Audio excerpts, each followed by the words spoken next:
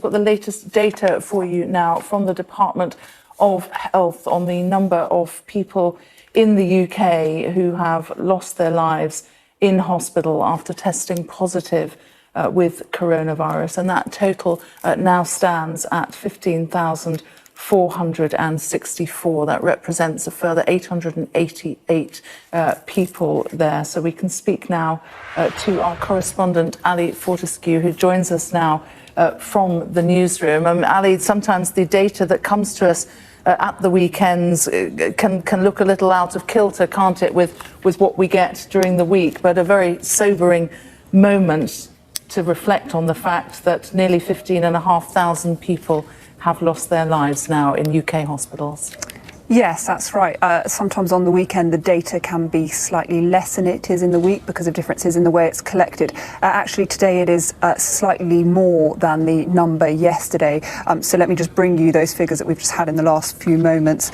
So 888 more deaths, that's across the whole of the UK. Yesterday that figure was 847, and that now brings the total to 15,464. We've also just in the last few moments had the figures for Scotland, which is 56 more deaths, slightly less than yesterday when the figure was 58, and that brings the total there to 893. So those figures in the last few moments. We are expecting the figures, of course, from Wales and Northern Ireland as well shortly. I think it's hard to draw any real long-term conclusions from these day-to-day numbers. Numbers do go up and down slightly. We're trying to look at the longer-term trends. That figure has gone up slightly since yesterday, the 888 figure, but I think it is still consistent with the longer-term trend that we're seeing, and that plateau beginning to start. We are starting to see the figures flattening, and if you look at that graph, you can see at the start of this month, it was taking about 2 days for the numbers to double. On Sunday, we passed that grim milestone of 10,000 deaths. We have now passed the milestone of 15,000 deaths 6 days on, so it looks like that rate has slowed quite significantly, and now the numbers are doubling every 10 or so days. So the rate is slowing somewhat, but still we're talking about hundreds of deaths every single day, something that a few months ago would have been completely unimaginable, and we cannot lose sight of that. Absolutely. OK, Ali, thank you.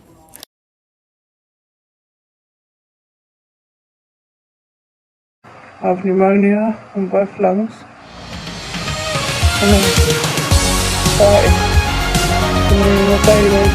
Karen Mannering spent a week in hospital in Margate being treated for COVID-19. A mother of 3 and almost 7 months pregnant, she's now recovering at home. Her doctors say she shouldn't leave the house until she's had the baby. Good advice, as there is uncertainty over whether or not those who've recovered from the virus can catch it again. I feel no safer than anyone else. If anything, I still feel like a sitting duck, because if I get it again, especially this soon, I don't believe I could fight a second time. Do you know what I mean? Especially carrying a baby now who's a lot bigger. It's been widely assumed that if you've had coronavirus, your body will develop immunity. But the World Health Organization now says that may not be true. There's been an expectation maybe that herd immunity may have been achieved and that the majority of people in society may already have developed antibodies. I think the general evidence is pointing against that. For those who've had the virus, the temptation to purchase an antibody or serological testing kit is high. Antibodies are little bits of Y-shaped protein that help fight infections. When we get one, our immune system produces them to help us get over it.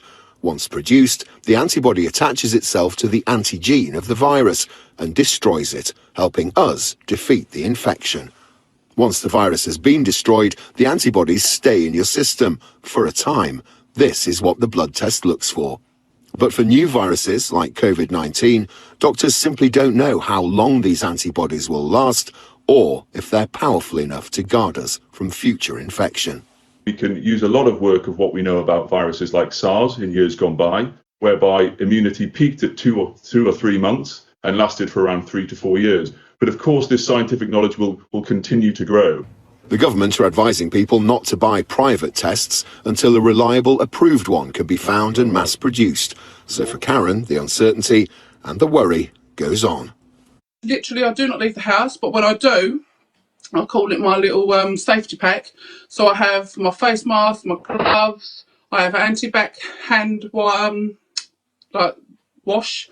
Then I have my Dettol spray for the bottom of my shoes. Like, I'm actually over the top, probably more so than most people, because I've been there, I've done it, and I do not wish it upon anyone. The government too will be concerned, as antibody tests were seen as playing a key role in their lockdown exit strategy. Fraser Maud, Sky News. Scientists in Oxford are hoping to have 1 million doses of the coronavirus vaccine by September and hundreds of millions by the end of the year. They are one of a group of research teams who will receive funding from a new government task force set up to find a vaccine. Meanwhile, the pressure to carry out more tests on frontline staff continues. The Health Secretary says it will be extended to the police, fire and prison service. Our medical correspondent Fergus Walsh reports. More than 70 scientific teams across the world are trying to do in months what would normally take many years: develop a coronavirus vaccine. One of the leading groups at Oxford University says manufacturers in Europe, China and India are set to produce their vaccine so it's ready to roll out in September if by then it's shown to be effective. It's pretty clear that the world is going to need hundreds of millions of doses, ideally by the end of this year, to end this pandemic, to let us out of lockdown and ensure we can do that safely. A vaccine is the exit strategy for this pandemic.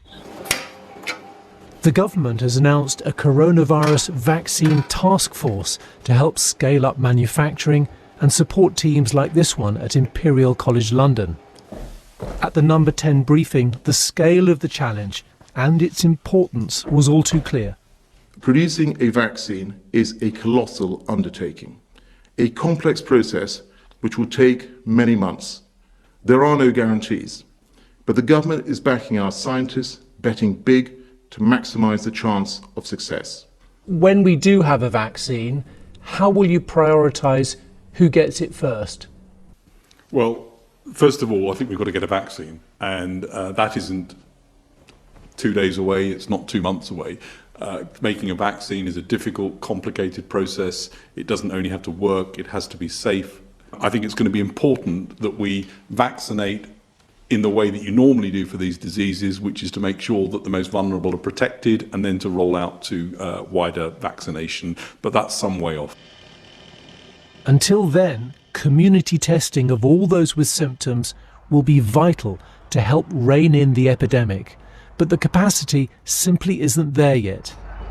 Today, the government announced testing will be extended to frontline police, fire and prison staff, but many NHS workers are still not getting checked. Welcome to this session of the House of Commons. A committee of MPs, led by the former Health Secretary, was told Britain should expect further waves of infection and must learn from its mistakes. Where were the system errors that led us to have probably the highest death rates in Europe? And we have to face the reality of that. We were too slow with a number of things. But we can make sure that in the second wave, we're not too slow. We could see 40,000 deaths by the time it's over. It is a sobering thought and a reminder that social distancing is the crucial measure that will ensure the epidemic here is brought under control. Fergus Walsh, BBC News. The government says it is reviewing the evidence about whether the public should wear face masks in crowded places to help stop the spread of the virus. The Mayor of London has called for masks to be worn in public for additional protection, and a growing number of European countries are recommending using them. Here's our science editor, David Shulman. Popular in Asia before the pandemic, masks are now appearing in more and more countries around the world.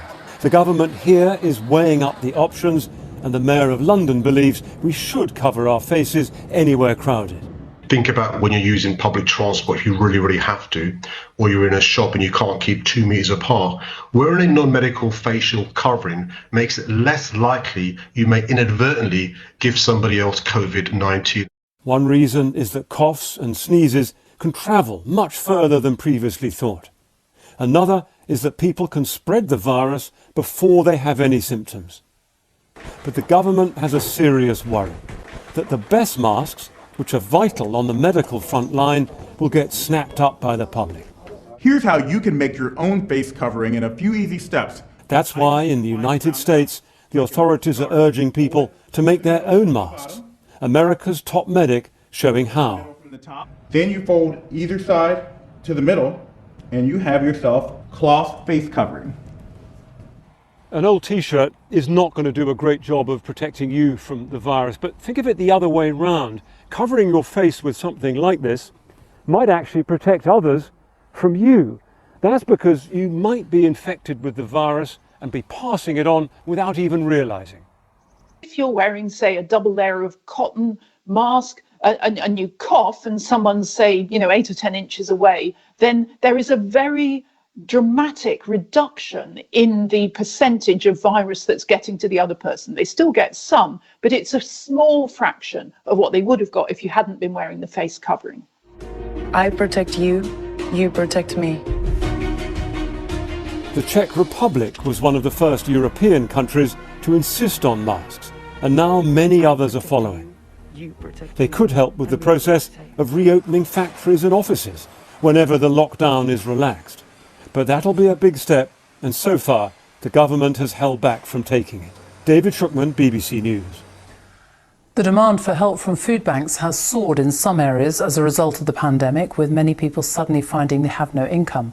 In West London, a hall at the Olympia Exhibition Centre has been turned into a food parcelling centre. Our social affairs correspondent Michael Buchanan reports.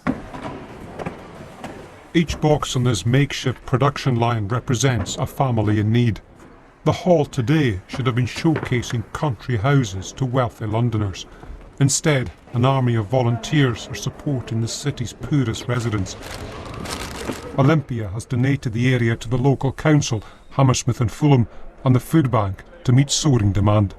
It's actually quadrupled over the last couple of weeks. So from an average week would be giving out about 110 parcels, feeding or benefiting about 250 people each week. We're now doing pretty much those numbers in a day. A small survey by the Independent Food Aid Network suggests demand for help has risen hugely by almost 60% between February and March. Food banks say many of their new clients are the formerly self-employed and the newly unemployed. Jeremy Simmons says he lost his job in the property sector as a consequence of the pandemic and has turned to the food bank for short-term help. Have you got any coffee, please? Because coffee? Yeah. Yes, well, it's a completely different way of life at the moment. So no, I mean, you work all your life and then something happens, and you have to, it's drastic changes. At this food bank, they've seen a 300% increase in demand. Here, families who need help to feed children who'd ordinarily be in school are a key group needing help. Some may have been on free school meals, but there's an issue with the voucher system not working. It's limited where you can redeem them. Both the food banks and the new clients hope and expect this surge will decline when the lockdown ends. The trouble, of course, is that no one knows when that'll be. Michael Buchanan, BBC News. We're all, I think, across the country in awe of the work that people are doing on the front line, in the NHS, in social care, which is particularly important to me as the Secretary of State with responsibility for communities and local government, and in other settings as well. And nobody wants to see people having to go to work on the front line to do that work, concerned that they don't have the protective equipment that they need and deserve, or coming home from work worried about whether there will be equipment available to them tomorrow. We've got to do more to get the PPE that people need to the front line. We're trying to source more internationally. That is difficult at times. There is a great deal of demand for it, and the security of that supply can prove very challenging. But we are making progress. In fact, today I can report that a very large consignment of PPE is due to arrive in the UK tomorrow from Turkey, which amounts to 84 tons of PPE, and will include, for example, 400,000 gowns. So a very significant additional shipment. Good morning. Okay, let's start with some indisputable facts today. Today is Saturday. That is a fact, indisputable. Somebody probably could dispute it, but I will stand by that factual determination. Hospitalization numbers are down. Good news. We been hovering around 18,000, then we went to 17,000, and we're now at 16,000, almost 17,000, but that is good news. We're down now for several days.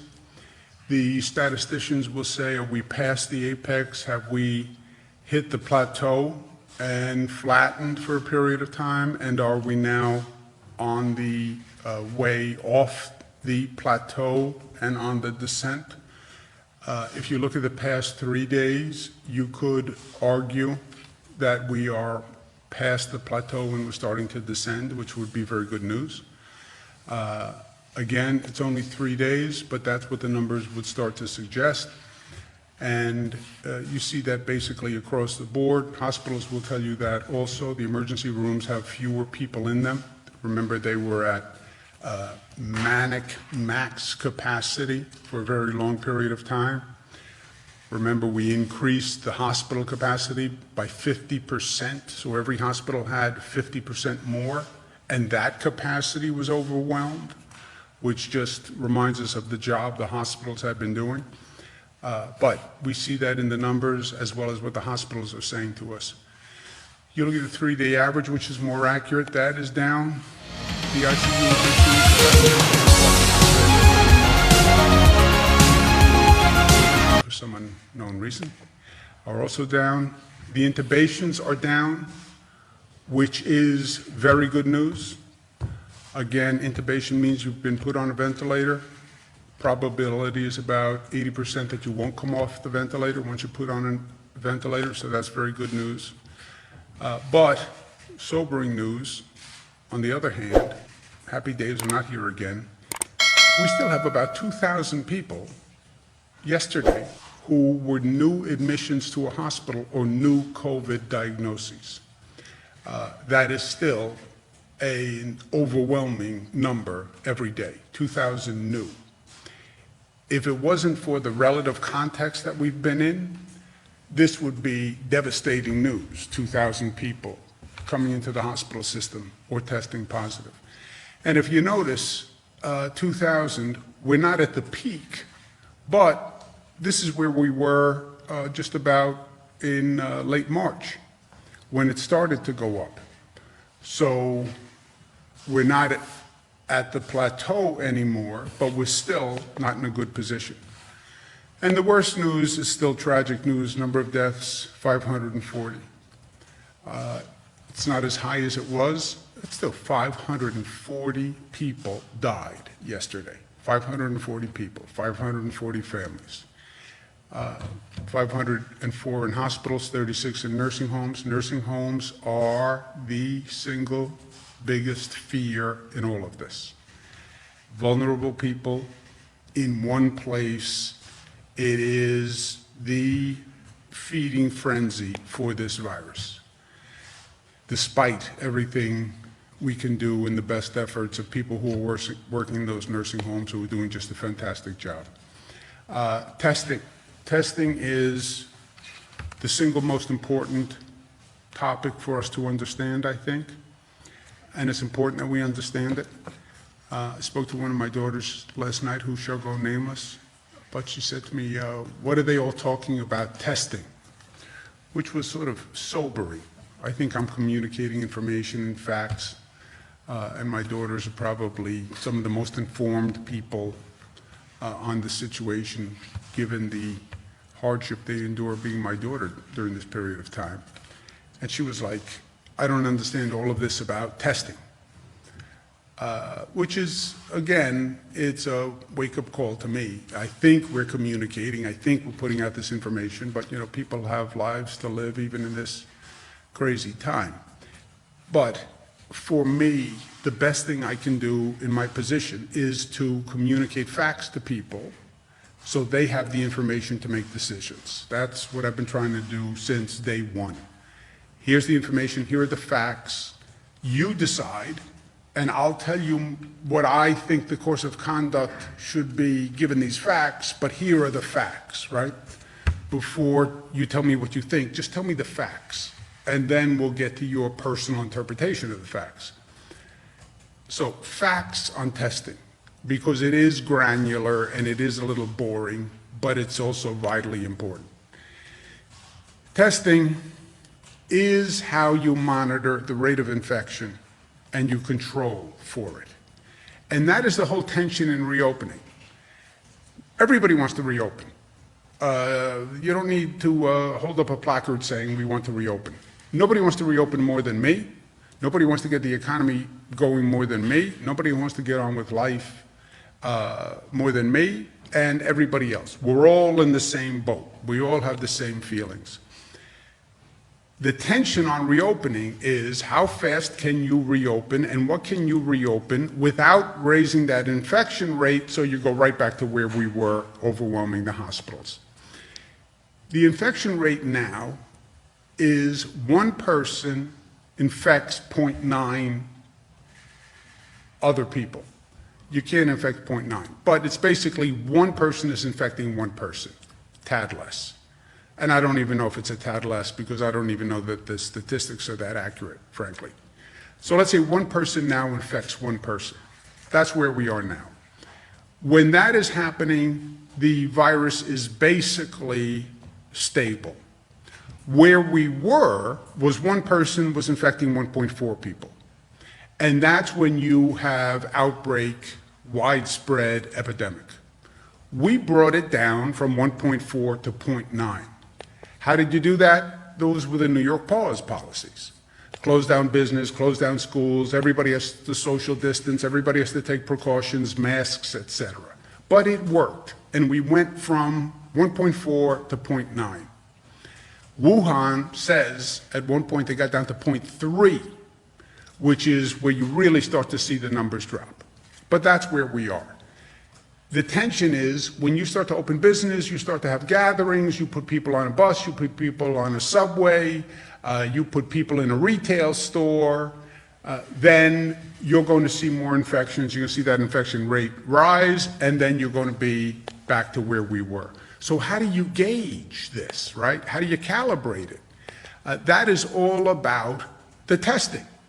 And you have a very tight window. You're at 0.9 now. You can only go up to 1.2 before you see those hospitalization numbers start taking off again. You're talking about a very, very tight window that you have to calibrate. And this is all without precedent. So how do you actually do that intelligently? Well, you have to test. And testing informs the calibration. What is testing?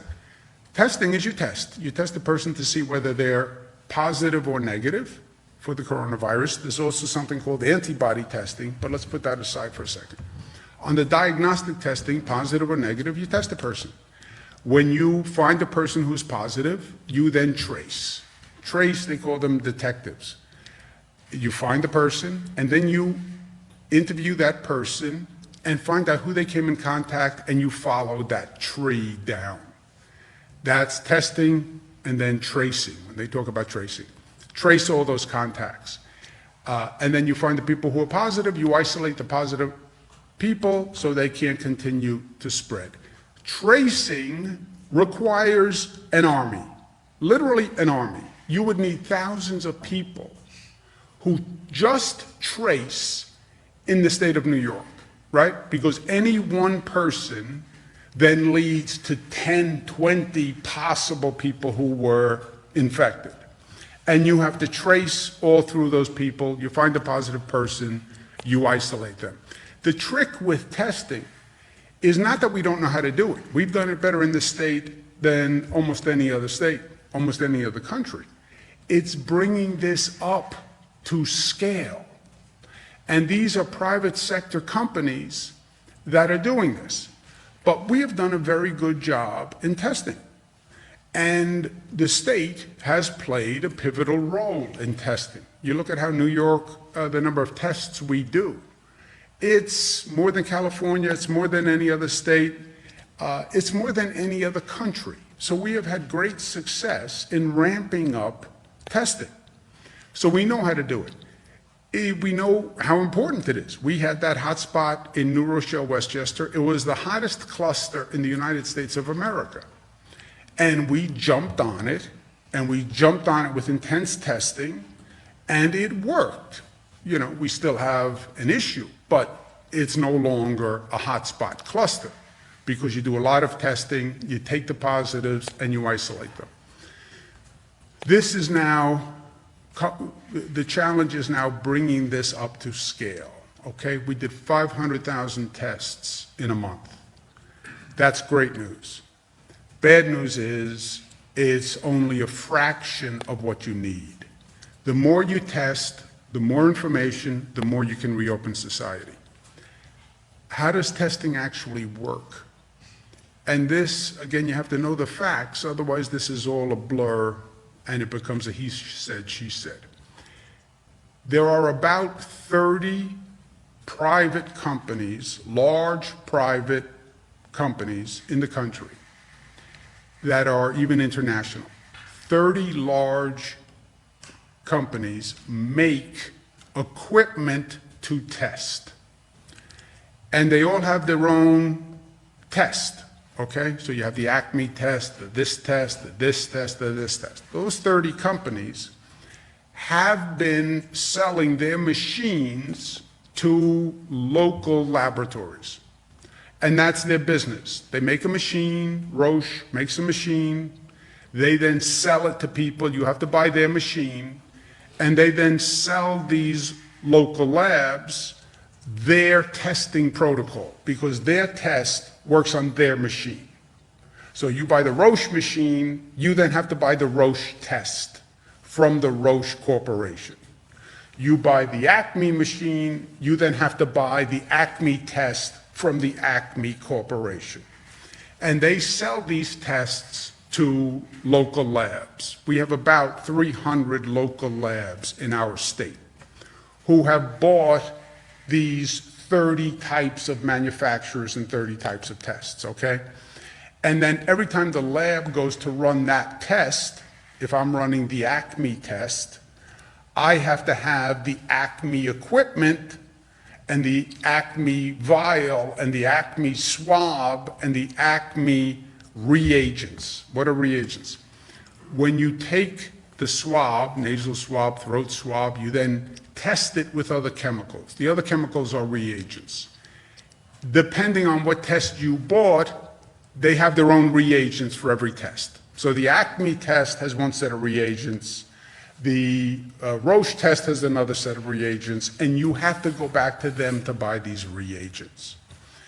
So that's the basic chain. And it gets very complicated very quickly because you have the national manufacturers who sold their machines to local labs. The local labs then need to go back to that manufacturer to run their tests. And there's very little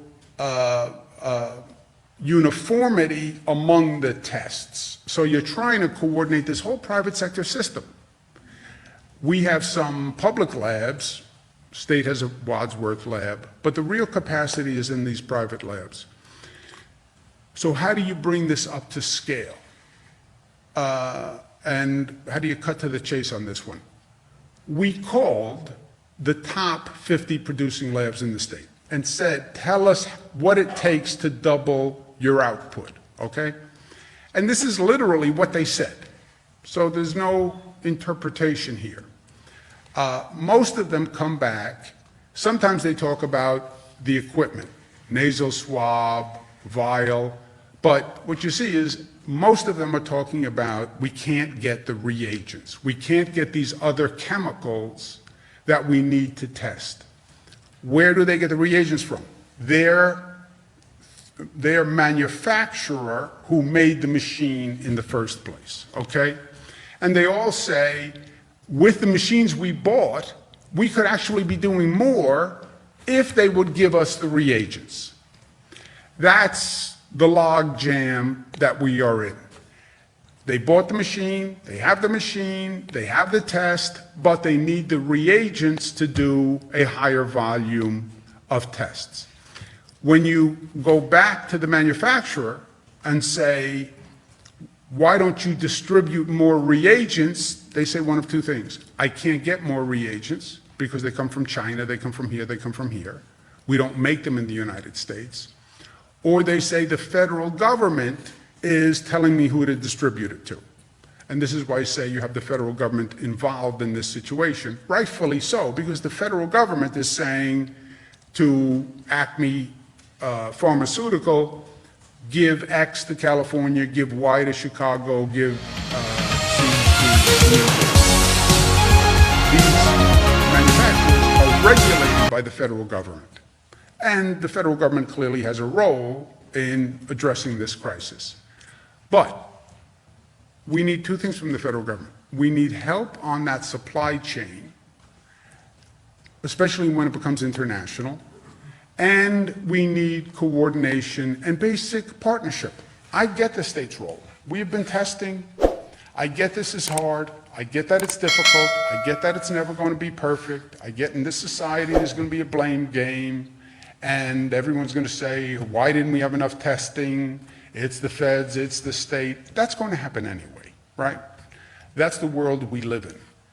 And I'm not asking for the federal government to come in and do any more than they need to do, but we do need their coordination, we do need their partnership. And we also need from the federal government, we need funding. I get that we have to fund airlines, we have to fund this business, we have to fund small business. Yeah, I agree 100%. But you also have to fund state governments. And by the way, when you fund the state government, you're not funding a private business, okay? We're not an airline. So you don't have an issue of should government really be giving tax dollars to this private entity. When you fund the state government, you just are funding a state government to perform the functions you want us to perform, which is the reopening function. I get it. I'll do it. But I need funding. And when you fund the state government, you're funding small businesses anyway, and you're funding hospitals anyway, and you're funding schools anyway. And you know, the Republican doctrine used to be limited government and states' rights. I'm a good distribution mechanism to small businesses and hospitals and schools because I know what's going on in the state. But if you want us to reopen, we need funding. National Governors Association is highly relevant because this is now all up to the governors. The National Governors Association is bipartisan. The chairman is a Republican. I'm the vice chairman, I'm a Democrat. I'm the incoming chairperson. We did a press release yesterday saying we need funding in this next bill. We need $500 billion for the states so we can do this reopening.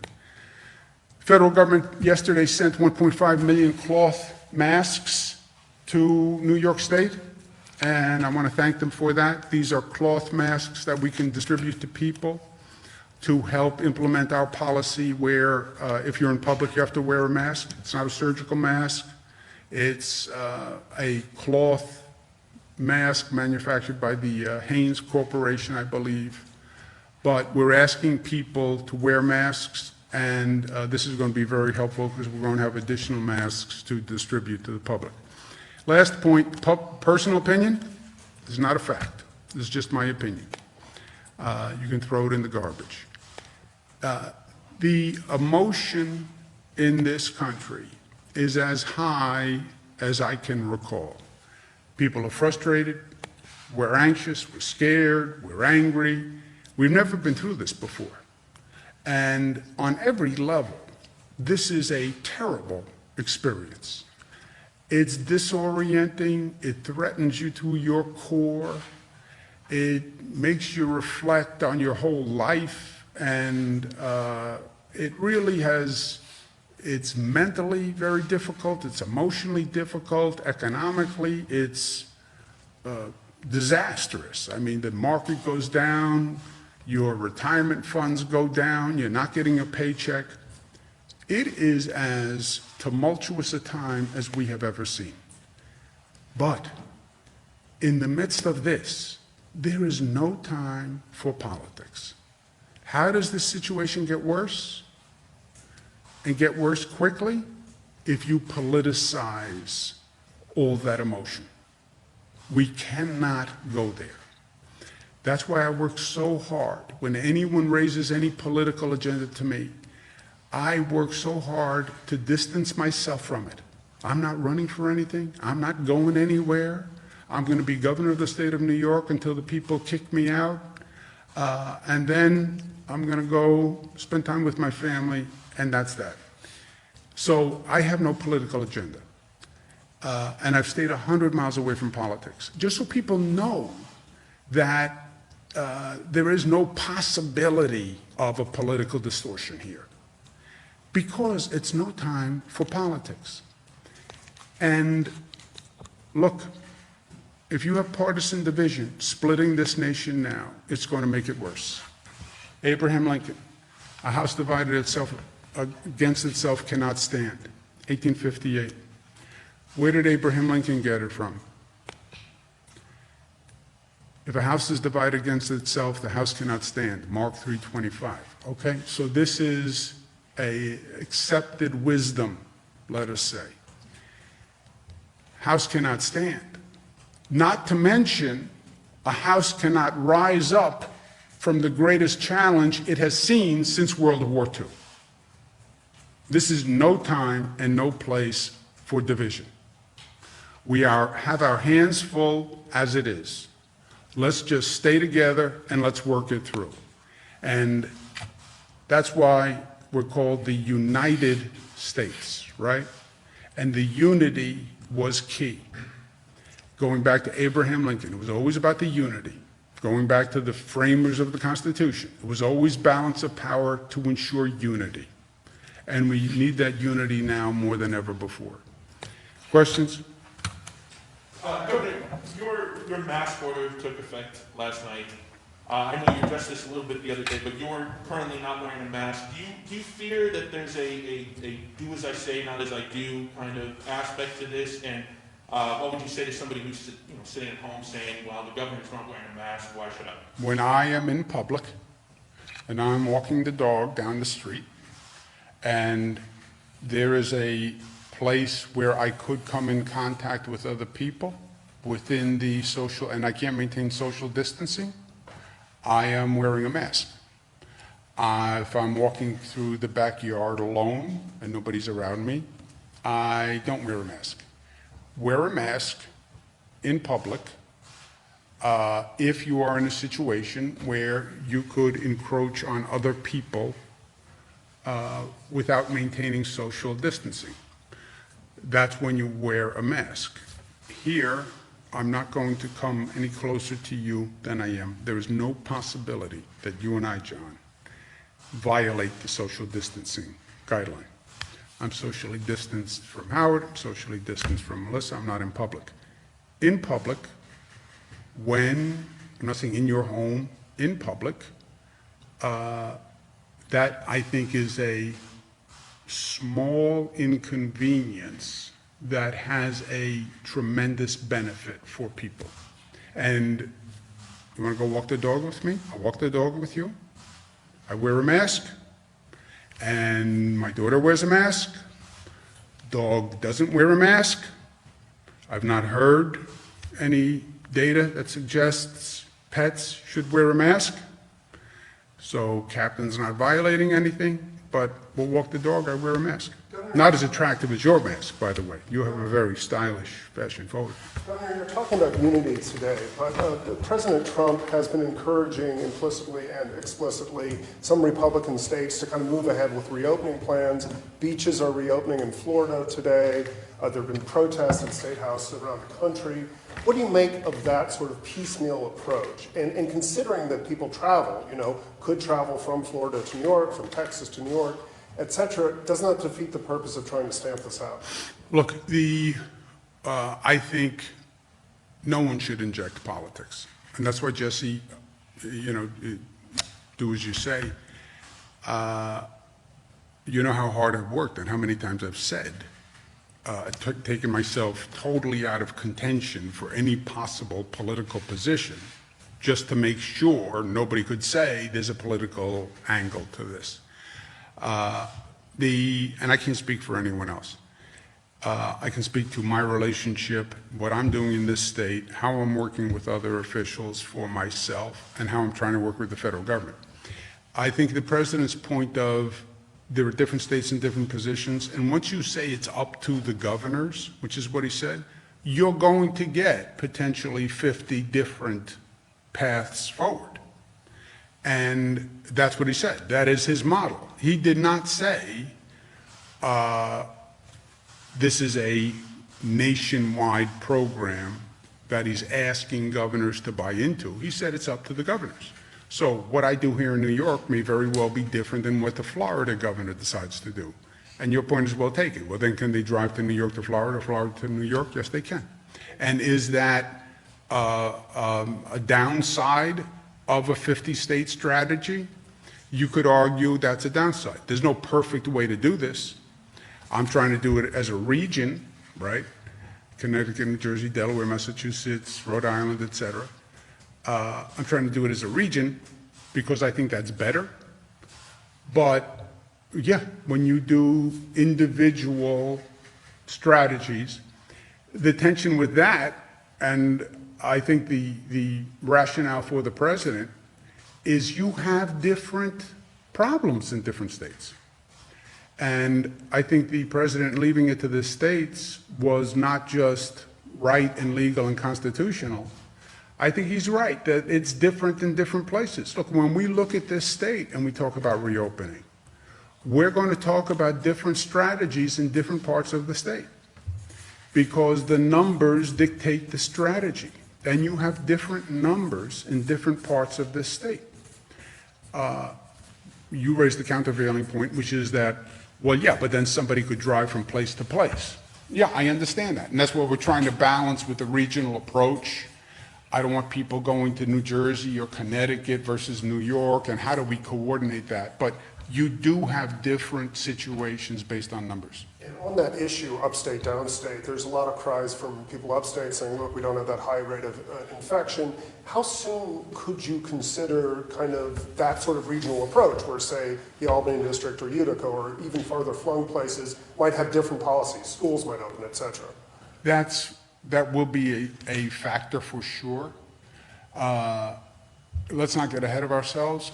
We are barely, in this part of the world, barely stabilizing our public health system now.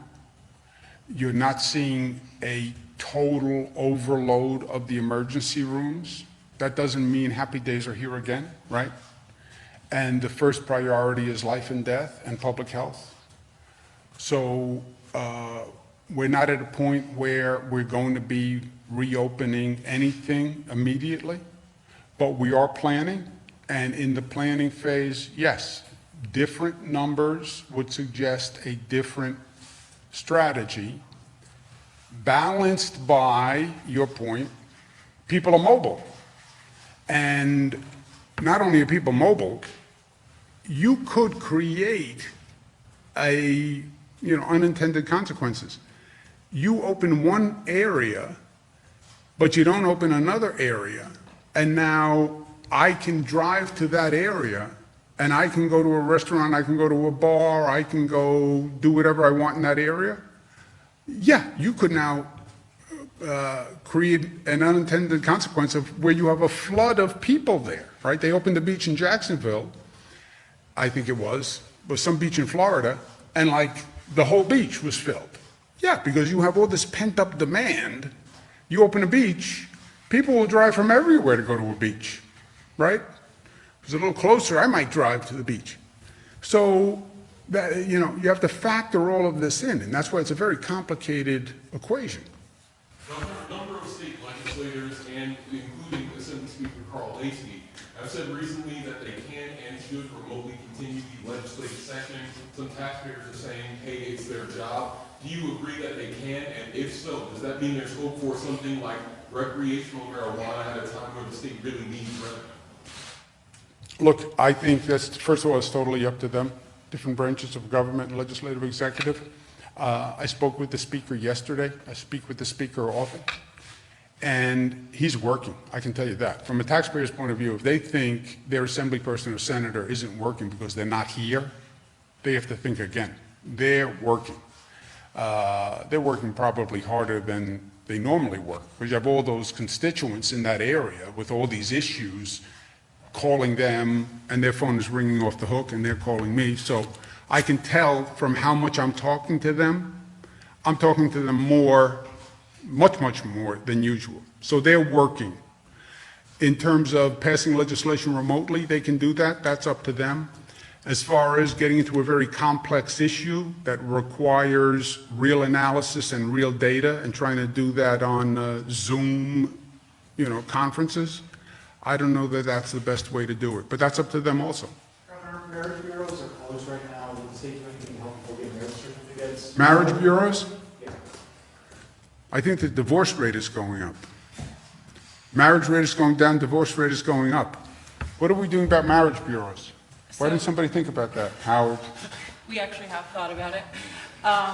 We are today signing an executive order allowing people to get their marriage licenses remotely and also allowing clerks to perform ceremonies over video. So if that's an avenue people want to go down, it will be available to them. Video marriage ceremonies. There's now no excuse when the question comes up for marriage. No excuse. You can do it by Zoom. It's yes or no. Governor, your administration announced recently that it has begun the process of going to release older prisoners who are nearing the end of their sentence on certain crimes. Can you speak to how many prisoners that's actually going to release from the state prison system? Yeah. Melissa, do you have those numbers? Yeah, so or range? Earlier in the week, DOCS made the determination in consultation with the second floor that prisoners who are over 55 years old, who had 90 days or less on their sentences, who were not found guilty of a violent felony or sexual assault offense, would begin the process of getting let out of prison. These are people who were going to be let out in the next 90 days anyway. They served the entirety of their term, and they were not a threat to public safety.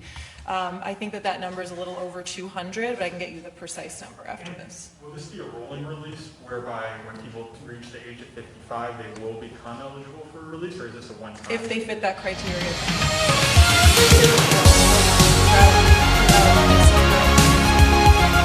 Please speak to how many tests are being performed on state prisoners. It seems like there aren't as many tests being given to state prisoners. Can you kind of speak to that? Yeah. There are not enough tests being performed on any group anywhere in the state, okay? There are not enough tests being performed in Buffalo, Rochester, Syracuse, Albany, North Country, Long Island, Westchester, not for prisoners, not for the black and brown population, not for healthcare workers, not for police officers. That's true across the board. That's why we have to bring testing to scale across the board, because it's true for everyone. The numbers in the prison system are just so low, and with the way that this disease spreads so quickly through the prison system, is that a concern to you that the numbers? Any congregate setting is a concern. Greatest concern are the nursing homes. That is the number one congregate concern. Prisons are also a concern. But nursing homes, by far and away, are the number one long-term, really devastating consequence of this disease. So to the extent you want to argue prioritization, you have big congregate care, nursing homes, prisons, obviously hospitals. Number one at the top of the list is nursing homes. Let's take two more questions. Can you just address, going off of what you just said, the communication yesterday was about residents in nursing homes who've been diagnosed with COVID or suffered a loss related. What is the expectation for communication to loved ones with residents in nursing homes if staffers test positive? Because people are telling us that they're not getting any communication still, even after everything that you guys said yesterday. Yeah, let's remember, nursing homes are privately run facilities for the most part. A nursing home will have rules of operation when a person went into that nursing home. We have basic regulations of nursing homes. We don't get into a fine detail of what a nursing home does in their policy of communication with family members and what family members do they communicate with, and do you talk to only the immediate family, et cetera.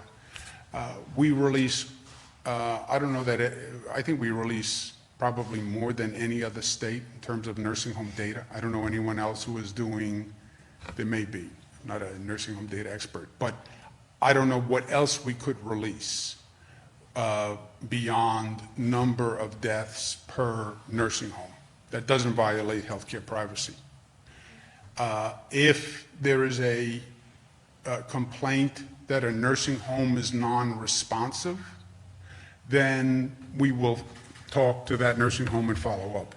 But I don't know that we have any state regulations on this. Not a regulation, but we do work on the issues of communication between the nursing homes and the residents and their families. Okay, so essentially you're finding that nursing homes are not reporting fully or underreporting or, keeping information because they're afraid of the stigma that's associated. I don't They think want to be it's- that nursing home that has those high numbers like you see. I hear you. I don't know if that's what it is, because the numbers are going to come out. Any nursing home that thinks they're going to sit there and people are not going to figure out how many people passed away in that nursing home, they're kidding themselves.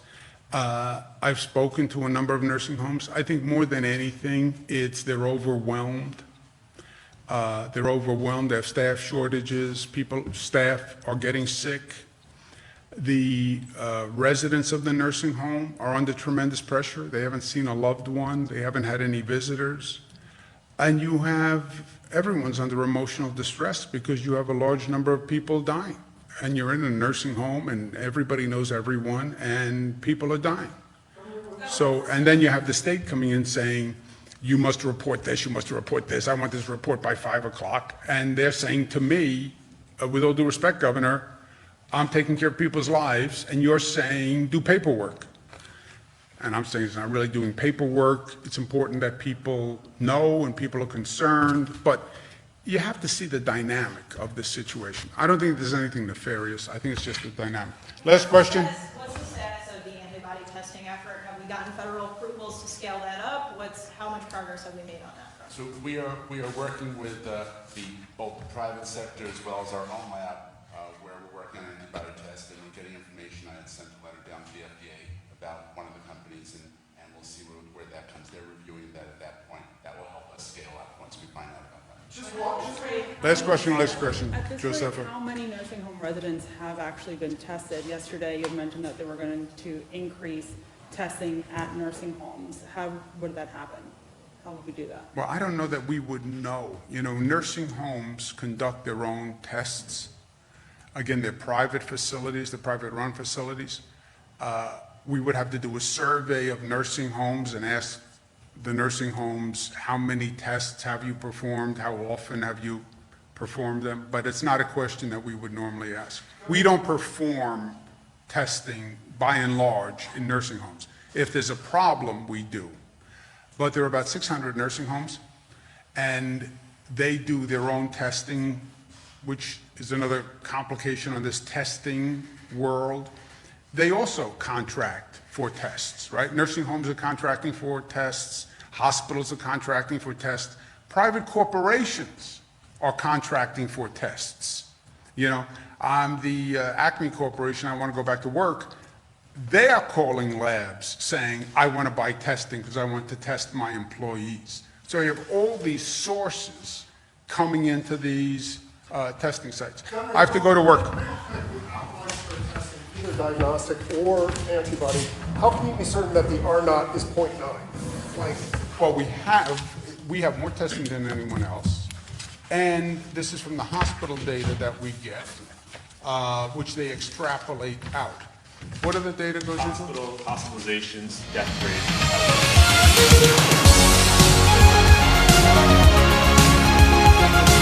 After seemingly recovered, this is coming out of South Korea and other locations. Have you seen cases like that in New York? We haven't seen cases like that in New York. We've heard about the report in South Korea. There are some questions about the validity of that, and we'll continue to look into that. I think it was a small sample, and I don't know if they were saying reinfected, Jesse, or the virus was reactivated. I don't know what the distinction is, but monitoring it for yes. Governor, green lighting non-life or death procedures at upstate hospitals if they're barely at 50% capacity. Have you thought about that?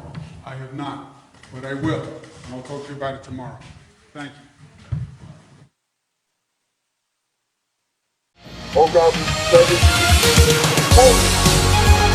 that you give us strength, you give us salvation. They're praying to beat the odds. New Jersey's care homes are a dangerous place to be. 29 people, a third of residents, have died in this one over the last 3 weeks, and many of those still alive are now sick. The home closed ranks and shut the relatives out. Nobody told us. They basically, I heard it on the news, and no one in the office is answering our questions. Nobody's giving us any details. Nobody's telling us anything. So we're all kind of sitting ducks, waiting to see if someone's going to tell us that our family member passed away, or if we're going to get a call the next day. We really don't know. Dear Selena Benitez was a resident of Elizabeth Nursing Home. This was her in January. 78 years old and smiling. And this was dear Selena last week, the last time the family spoke to her. They could see she was struggling to breathe, and they asked the nursing home to take her to hospital. She died 3 days later. We believe that she was sick over a week. We had not been notified. We had an employee who let us know. My aunt, who is over there crying right now, was able to speak to her through a video call. She was not able to breathe. She was having respiratory issues. She was exhibiting all the symptoms, and for some reason, she was not taken to the ER. This letter was the first official confirmation that coronavirus was in the nursing home. It arrived after dear Selena had died. I ache for those relatives. I hurt for those relatives for the simple reason is they get a letter from the nursing home telling them what's going on. That is not the way the administrator of this nursing home should deal with the families who are dealing with all of this anguish. We wrote to the nursing home asking them for a statement. They didn't reply, so we phoned them. You have reached Elizabeth Nursing and Rehab Center. Please hold a moment. Thanks for calling Elizabeth Nursing. How may I direct your call? Good afternoon. I'm a journalist from Sky News. We've been told by relatives of people in your home that people have been dying and they haven't been kept informed. I was just wondering whether or not you had anything to say about that. This is not a unique situation to Elizabeth Nursing. Unfortunately, many nursing homes in New Jersey are under the same situation, and we're working with the Department of Health and local health agencies to comply with the department. So right now, our main focus is caring for the resident. There are now daily protests outside the home, and the Attorney General has been asked to investigate. And too much neglect has happened at this facility. An hour north, at another care home in New Jersey, the police received an anonymous tip-off telling them that the dead were being put in a shed. They found 17 bodies crammed into a small morgue on site. It is a desperate situation. The elderly, already frail, are at the mercy of a system that is failing them. They are dying in the very homes where their families thought that they would be safe. Alistair Buckle, Sky News in New Jersey.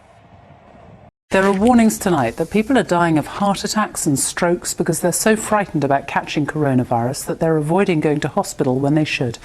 A consultant at one of England's leading hospitals also expressed concern about the rising numbers of victims of domestic violence and people who have attempted suicide. The latest official figures for the UK show there were 847 deaths reported in the last 24-hour period. It means that the total official number of deaths in the UK linked to coronavirus is 14,576. That number doesn't include deaths in care homes or in the community in England and Northern Ireland. Our health editor Hugh Pym and camerawoman Harriet Bradshaw have been inside Addenbrooke's Hospital in Cambridge to see how they are dealing with the virus. One hospital's battle against coronavirus. Many of us have had dark times, but together we've supported each other. patients tell us what they're going through. I'm just in the good hands of the doctors and nurses to do all they can. And the hidden victims of the COVID crisis. So some people will die as a consequence of not getting treatment for their heart attack, their stroke. This is the face you now see at the front door of A&E. Fantastic. And why are you here? I've had Simon. A triage nurse in full protective equipment. They're not taking any chances. Pop inside, there's a nurse in green on the left. Addenbrooke's in Cambridge invited us in to see how the response to coronavirus has transformed every part of the hospital. First in A&E. Normally at this time of the day there are people waiting outside to come into the emergency department, but right now it's empty. It's quite extraordinary. Numbers are down 40% month on month. Doctors fear that patients are staying away because they're worried about getting the virus. Is there potentially quite a lot of damage to people's health as a result of that, do you think? We don't know yet, but it's likely there are people who are having heart attacks who are then subsequently not getting the treatment they need and could be dying as a consequence of this. There's a separate red zone in A&E with its own entrance. Here ambulances arrive with suspected COVID-19 patients. This is much busier. And there are other possible consequences of the lockdown, which bring in more patients. What are you seeing more of in terms of non-COVID cases? Well, we're seeing a lot more domestic violence. We're seeing quite a lot of alcohol-related problems, and we've seen some fairly nasty suicide attempts. It's early to know whether this is a true reflection of what's going on, but it seems plausible that this is a cause for concern. To streamline the system, there's a specialist assessment unit for patients with coronavirus symptoms. If you look at anyone on wearing a full surgical gown, I'm probably more protected from the neck and chest area now. Matt, who's a consultant, trains colleagues on how to safely use personal protective equipment, including aprons. So bare below the elbows policy with regards to the arms, but I'm going to clean those afterwards. This hospital says it has enough protective equipment known as PPE. They provided what we used. We donated our own supplies of PPE in exchange. Well, you can probably see by my visor fogging that it gets quite hot. It's quite uncomfortable, and you can only do it for a certain period of time. They change some items several times in a shift. Graham is 83. He wanted to talk to us. His wife, who has coronavirus, is on a different floor of the hospital. Been married 62 years and known she's another 66 years. That's a long time. But we get through it. She's a fighter. Yeah. We will be able to get you to see your wife, okay? Because I know it's really hard for you. So we can get you to see her, but we'll try it all we can. All right. Okay. All right. So don't worry. If I have to get her on FaceTime, we've got plenty of mobile phones in the hospital, and we'll get you to see her. We're now entering what we call the pod, which is a 5-bedded area of our intensive care. The sickest come here to intensive care. Andrew is a consultant and Natalie is a healthcare assistant who helped plan a doubling of critical care beds. So we're now going to walk in here. So this is a COVID area now. So they're attached to a ventilator through a tube that's going through their mouth into their lungs. And those patients require one-to-one nurse-patient ratios. So we've got a nurse or a physiotherapist by the bed space looking after every patient. The atmosphere is calm and quiet, but the intensity of the work can take its toll. It's only by teamwork that we've managed to do it. Many of us have had dark times, but together we've supported each other and we're getting through it, together with the support of the community being absolutely fantastic with their gratitude they're showing us. Where we're so involved normally with the families and making sure that, you know, we're with them every step, you know, of that end of life process, to all of a sudden now being in that environment where, you know, it's just us with the patient is very difficult. But, you know, what I will say is that, you know, we're always with them. They're never alone. There's always a nurse holding their hand, and we do the best we can. Nothing in their earlier training has prepared them for this. They know it's now the reality of their working day, and they don't know when it'll end. Very difficult work for the teams involved. And Hugh is with me now. And the teams you film with do have enough PPE. We saw that in the film. Other hospitals don't. And tonight the government has confirmed new guidelines surrounding PPE. Yes, Sophie, there are reports that some, but by no means all hospitals may run short of gowns or even run out in the next few days. That's gowns for intensive care. So these new guidelines tonight will tell staff that they can reuse some protective equipment if it's laundered, the gowns and other equipment as well, in certain circumstances. Now, the British Medical Association, representing doctors, says this is a dire situation. It's because of government failings to get enough supplies of PPE. The Department of Health and Social Care say there is a global shortage of gowns, but the new guidelines are designed to reassure staff what they can do if they do run short, and they have been supported by the Health and Safety Executive. And we saw in your film as well the emotional pressure that the people looking after the patients are under. Yes, the sheer professionalism, the dedication to their patients of NHS staff is really quite moving and very, very impressive to actually see in action. It does take its emotional toll. The other thing that was very striking is the way a hospital like Addenbrooke's and many others have transformed themselves in weeks, creating all these critical care beds. They do have spare capacity at the moment. But what's not happening? Routine operations, procedures, outpatient appointments, all cancelled. We've heard of the long-term health problems that may be being stored up by people not coming into hospital. And the message tonight is very much people need to go into hospital if they need care. So what we don't know is when the NHS will get back to a sort of normal service. It's very hard to answer that question. The situation could go on really for some time yet. Hugh, thank you. The list of arrested reads like the who's who of Hong Kong's democratic movement. Among them are present and former legislative councillors, prominent activists, and the man known as the father of democracy in Hong Kong. We are here to uphold. 81-year-old Martin Lee is one of the architects of the Basic Law, the city's mini-constitution, which essentially safeguards the territory's autonomy. He had stepped away from the political spotlight in recent years, but was vocal about his support for the protests last year. I have no regrets for what I have done. I feel proud to walk the path of democracy with these outstanding young protesters. It's the second time this year businessman and media tycoon Jimmy Lai has been arrested.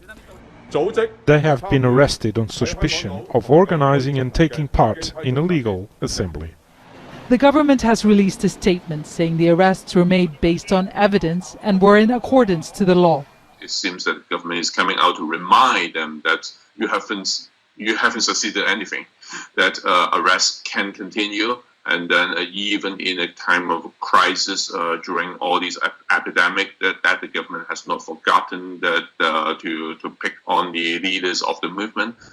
The arrests come after a week of turmoil in the Legislative Council. Pro-Beijing members tussled with the opposition Democrats for control of the weekly meeting agenda. In an unusual move, China's representative office in Hong Kong waded in to denounce the pro-democracy group. The Beijing Liaison Office monitors developments in Hong Kong and reports back to the Chinese government. But for the first time, it stated it has the right to supervise local affairs and is exempt from a clause in the Constitution which restricts interference from any department directly under Beijing's control.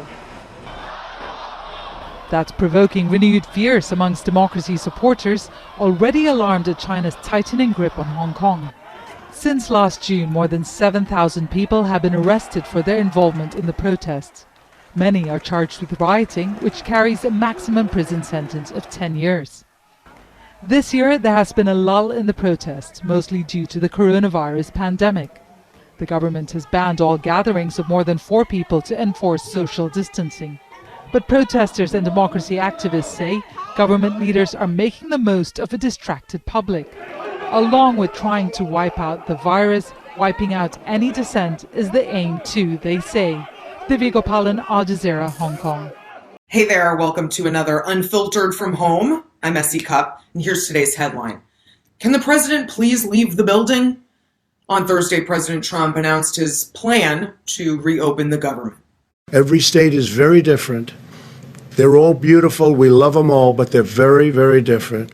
It was essentially an announcement saying states should make their own decisions. As former Obama Ebola advisor Ron Klain tweeted, "This isn't a plan, it's barely a PowerPoint." You know, we've put up with a lot of Trump's antics over the years, ranging from the absurd to the unfortunate, the appalling to the unconstitutional.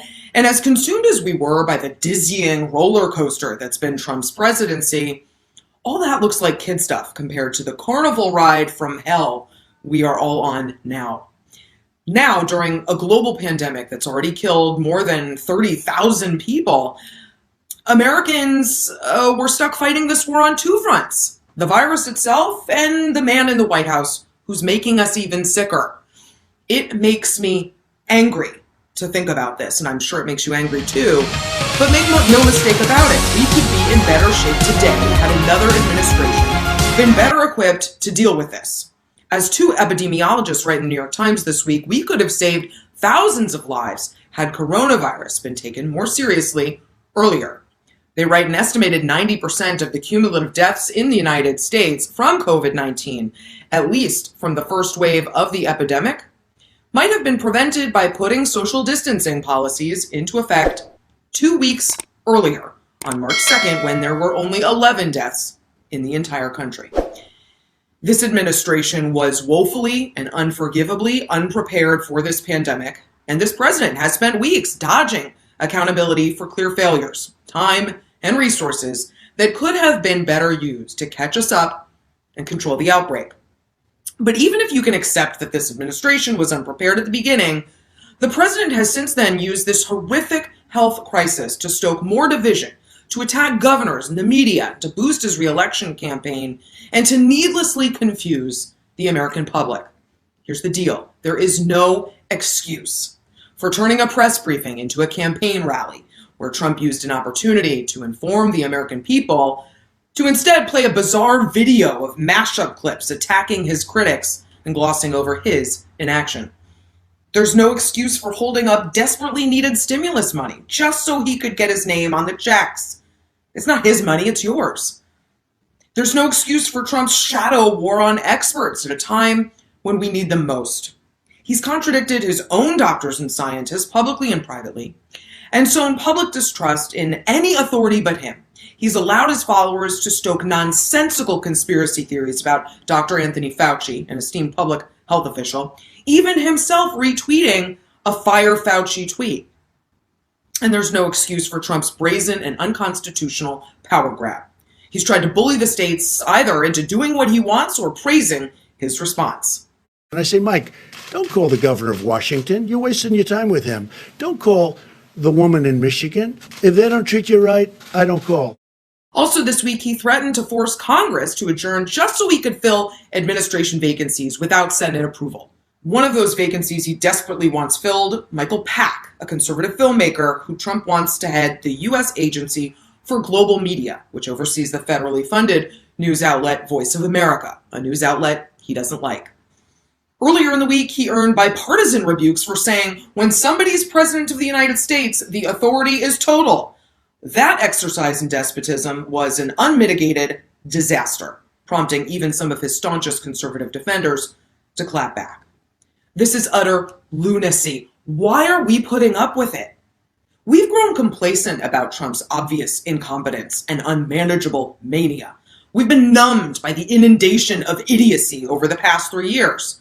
But now it's costing lives, and unfortunately, with months of this to go, we are all still in the crosshairs of his ineptitude. When will enough be enough? When will we get sick of being sick?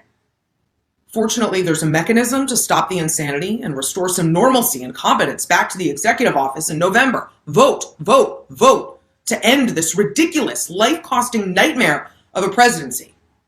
I just hope we can afford to wait that long. See you next week. Can a patchwork work? I'm Michael Smerconish in Philadelphia. Catastrophe has a way of suspending ideological conflict. In the modern era, 9/11 brought us together. In 2008, when the Bush administration needed to bail out the banks, ideology went out the window. And recently, when coronavirus showed signs of crippling the economy, the Senate mustered a 96-0 vote for relief. Sadly, the ceasefire, the kumbaya, never seems to last, and so it was this week. As John Harris wrote in Politico magazine, ideology hasn't been suspended. It has been forcibly suppressed in ways that inevitably will come roaring back, sometimes in highly toxic ways. Last week, I worried here that wearing masks would become the latest red state, blue state divide. Well, consider that in Michigan, protesters gathered in the state capitol to voice their opposition to stay-at-home orders issued to slow the spread of coronavirus. There were similar protests in Virginia and Kentucky. And this image from Ohio of an angry crowd at the window of the State House, it went viral. In Utah, protesters held signs that read, "Resist like it's 1776," and "America will never be a socialist country." A reopened North Carolina Facebook page quickly attracted 42,000 members. Even in New York, some residents took to the streets on Thursday, despite the Empire State being the epicenter of the virus. Yesterday in Texas, Governor Greg Abbott encouraged state retailers to begin operating next Friday as retail to go. Customers can order items ahead of time and take curbside delivery. On Friday, the president fired off a series of tweets, "Liberate Minnesota, liberate Michigan, liberate Virginia," among them. Different states have sliding standards for what businesses and activities are deemed essential, and some do seem inconsistent. Ground zero has been Michigan. Governor Gretchen Whitmer added more restrictions. You can't travel to a second home that you own. You can't take out a boat or a jet ski on the water, but kayaks are fine. She also ordered all large stores to cordon off their garden centers as part of a larger crackdown on activities deemed not necessary to sustain or protect life. Curiously, the state's list of not necessary items doesn't include lottery tickets and liquor or cannabis, which stores can continue to sell. Michigan state Republicans are introducing bills to strip some power from the governor, which she says she'll veto. Likewise, in Pennsylvania, the Republican-controlled legislature passed an attempt to overturn restrictions imposed by Democratic Governor Tom Wolf. Here, state-run wine and liquor stores are closed, beer distributors are open. You can't buy a book, but you can buy a gun. Golf is a no-no, but trout season opened early. Real estate agencies are closed, even though some people have signed contracts and they can't move in. In Florida, the WWE, World Wrestling Entertainment, which was initially closed, is now deemed essential by the governor as part of a group of sports and entertainment media with a national audience. The events will continue without an in-person audience, of course. In Nevada, Las Vegas Mayor Carolyn Goodman pushed back against the state's shutdown, saying this. This shutdown has become one of total insanity, in my opinion, for there is no backup of data as to why we are shut down from the start. No plan in place how to move through the shutdown or how even to come out of it. Friday, when the president was asked about the lockdown protests, he said this. I think elements of what they've done are too much. These are people expressing their views. I see where they are and I see the way they're working. They seem to be very responsible people to me, but it's, they've been treated a little bit rough. The president had just announced guidelines for the nation's governors regarding the restoration of American society. These guidelines were a reversal from his stance earlier in the week when he declared that the president's power over states' responses to coronavirus is, quote, absolute. Instead, we saw a tacit acknowledgement that it's the governors who will now be calling the shots in the days, weeks, and months ahead. That's probably the best outcome, where government often functions best when it's closest to the people. But this ensures we're about to see a patchwork response to a virus that didn't respect international borders and will likewise transmit between states if everyone doesn't act responsibly. It remains to be seen whether the governors are going to demand the same degree of rigor from their medical advisors in justifying continued restrictions on personal liberty and economic well-being as they demand from their citizens in complying with these restrictions. Are governors going to diligently examine each restriction to determine if it's still justified and only maintain those restrictions that are clearly necessary? Perhaps a patchwork process is akin to what Winston Churchill once said about democracy. It's the worst approach, except for all the others. Well, We have made it through to Friday, the end of another difficult week in the fight against COVID-19. From the uncertainty of it all to the physical and emotional toll for those battling it, or the personal anguish, the loss of life or loss of livelihood, just going to the grocery store, it can all be exhausting. It was just over a month ago, President Trump stood in the Rose Garden and declared a national emergency. He said he would marshal the resources of the federal government, as well as partnerships with private business, to take on the pandemic. Fast forward to yesterday, when the White House provided guidelines for the states to begin the process of reopening for business. We wanted to take a step back and determine if the promises the president made back in March have been fulfilled, and is the work needed to safely reopen the country complete. This, as America marks its deadliest day yet in this crisis. Terry Moran leads us off with a reality check of what the government is doing to protect us. It was supposed to be the pivotal moment for America's response to the coronavirus pandemic. To unleash the full power of the federal government in this effort today, I am officially declaring a national emergency. Two very big words. March 13th, the Rose Garden. President Trump, flanked by leaders of some of the biggest businesses in the country, pledging a major effort to combat the virus threat. No resource will be spared, nothing whatsoever. But many of the promises Trump made on that day and in the following weeks have not materialized.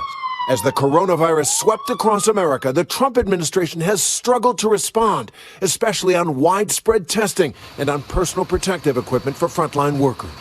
I said the one issue we need help with is testing. He said 11 times, I don't want to get involved in testing. It's too complicated. It's too hard.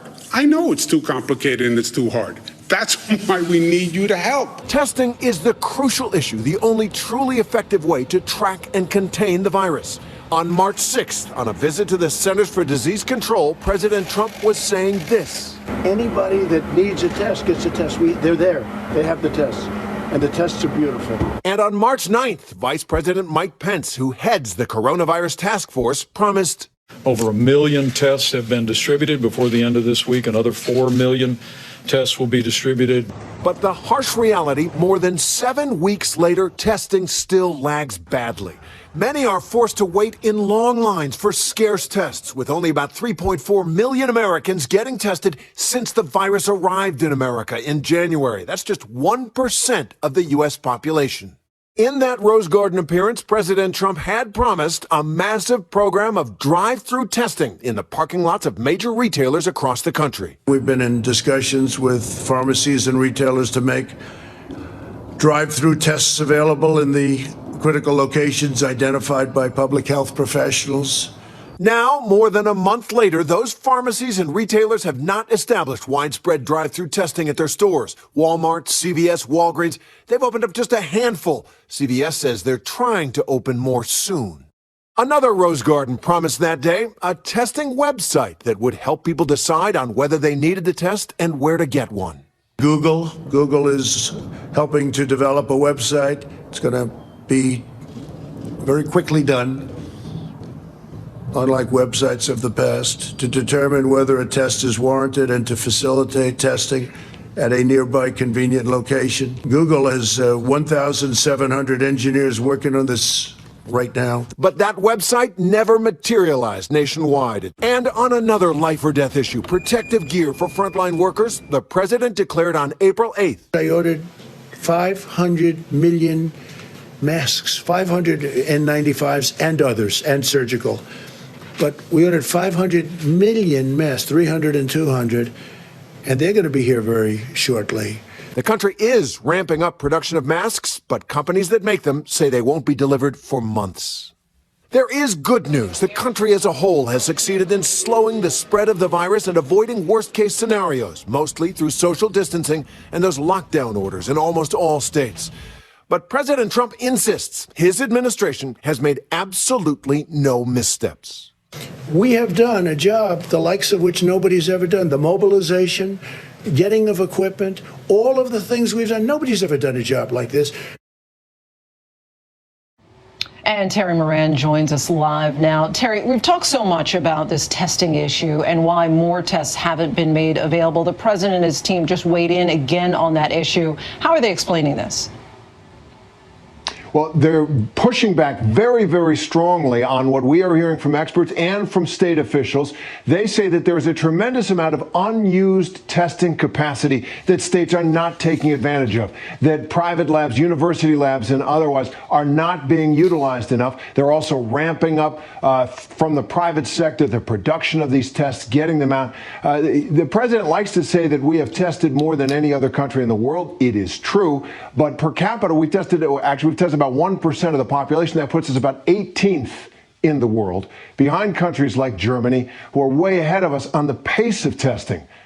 And one of the things that we have heard from the president tonight and from his team is that there is enough testing in the United States going on right now to move to phase 1 of the guidelines that the White House has put out for opening up the country. There's enough testing. That's their bottom line. And Terry, we'll have more on this in a moment, but the president seemed to egg on those protesters who are pushing for states to reopen, tweeting that these states need to be, quote, liberated. Governor Jay Inslee of Washington had a particularly strong reaction to that. He did. He said the president was in danger of inciting violence. He also noted that the president, in releasing his guidelines, said this is up to the governors. We empower the governors. They are authorized, given state and local conditions and their understanding of the data, to open as they see fit, local control. And all of a sudden, here's the president of the United States with his 100+ million Twitter followers saying, liberate Minnesota, liberate Michigan, liberate Virginia, a clear signal that he supports those protesters who are saying that they don't want any more of this shutdown, whatever the epidemiologists are saying. It is at the very least a mixed message, and Washington Governor Jay Inslee, a Democrat, accuses the president of risking inciting violence because feelings are running so high. People are losing their livelihoods, their life dreams, their careers, and they are desperate to get back to work. How we do that? You know, you'd think that the pandemic would have given us a common enemy to overcome the divisions that have plagued our country. Instead, we are filtering this pandemic right through those divisions, and you are seeing it all over again, beginning at the White House. Lindsay? All right, Terry Moran, thanks so much for that, Terry. Hi, everyone. George Stephanopoulos here. Thanks for checking out the ABC News YouTube channel. If you'd like to get more videos, show highlights, and watch live event coverage, click on the right over here to subscribe to our channel. And don't forget to download the ABC News app for breaking news alerts. Thanks for watching. We're a little over a month into this pandemic, and there's a lot we've learned here on the front lines. Thinking back, the things that I wish that we knew. What would I do differently? I wish I would have known the warning signs. I wish I had known how quickly things were going to change.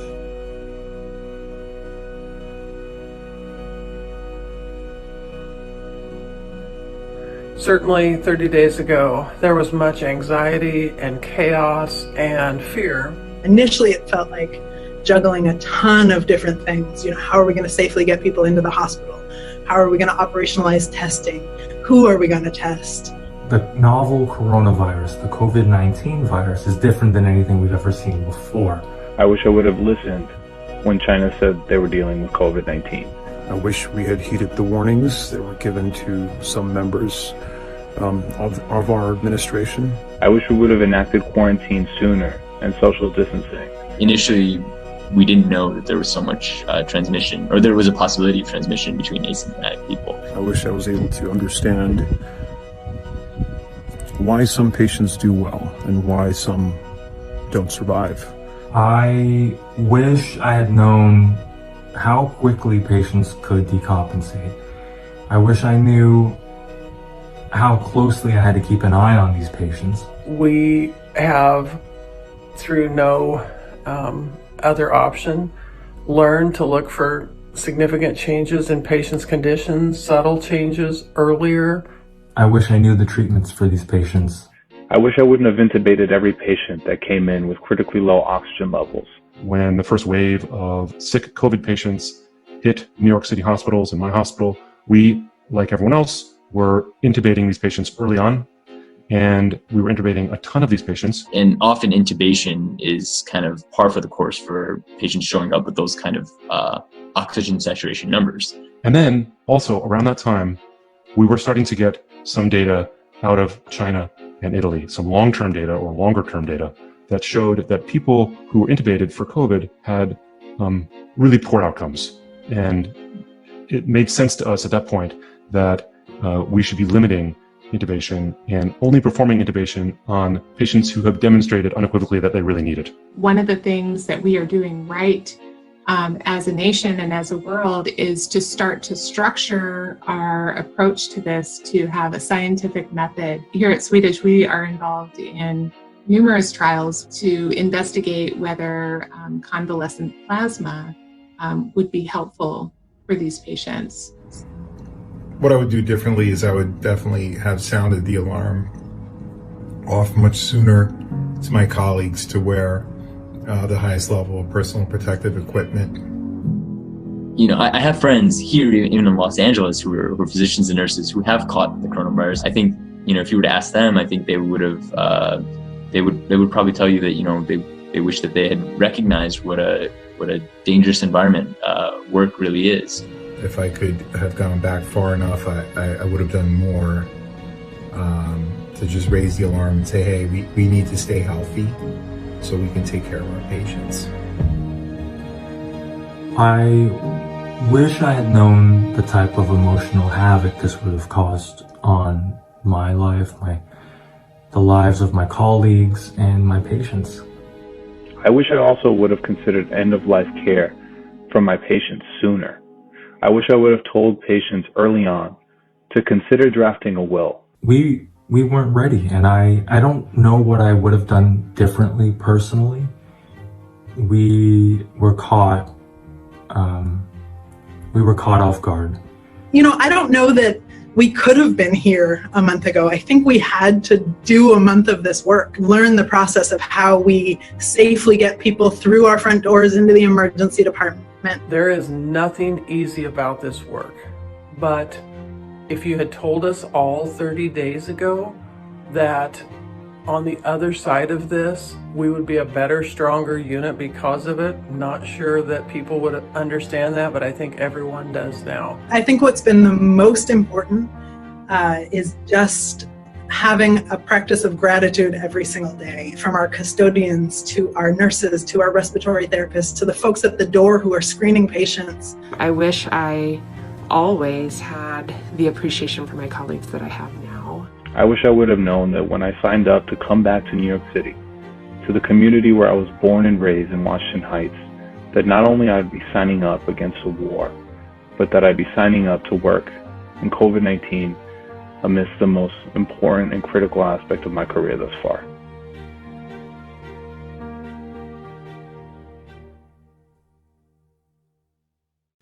Hey, NBC News viewers, thanks for checking out our YouTube channel. Subscribe by clicking on that button down here and click on any of the videos over here to watch the latest interviews, show highlights, and digital exclusives. Thanks for watching. Scientists at the Quantitative Biosciences Institute at the University of California, San Francisco, have been working non-stop since January. Their goal, identifying existing medications that make human cells resistant to attack by the coronavirus. What we're trying to do is to repurpose those drugs and compounds to help fight this coronavirus infection. It's called host-directed therapy. The host, in this case, is us. First, scientists had to extensively map the virus's genetic code and the parts of human cells that it latches onto. We identified 332 different human proteins that were talking to the approximately 30 different viral proteins. So these are proteins that we think the virus needs in order to hijack our cells. So from this analysis, we identified 69 different drugs and compounds, 27 of which are FDA approved. And we need to test those to see what effects they have on infection. Unfortunately, labs in San Francisco didn't have any virus cultures to run tests on. That's when the global cooperation kicked in. We broke down silos across different parts of the world, working with Paris and New York, and then also people in England and Seattle and San Diego and in China. And we've been shipping them our drugs and compounds, and they've been testing these. Dr. Krogan is hopeful an effective drug will be identified within weeks. And since the drugs are already approved, they wouldn't have to undergo a lengthy testing process. Instead, they could be available for patients right away. The example of urgent, cross-border, multidisciplinary scientific collaboration is a model for fighting future outbreaks, Dr. Krogan says. When the dust settles on COVID-19, I would love to see us put in an infrastructure where we can move quickly across the board, breaking down these silos so that we'd be in a better position to tackle COVID-22 or COVID-24 or another virus. There are millions of trillions of viruses on Earth and far fewer scientists. Given those odds, all experts must work together for the sake of humanity. Rob Reynolds, Al Jazeera, Los Angeles.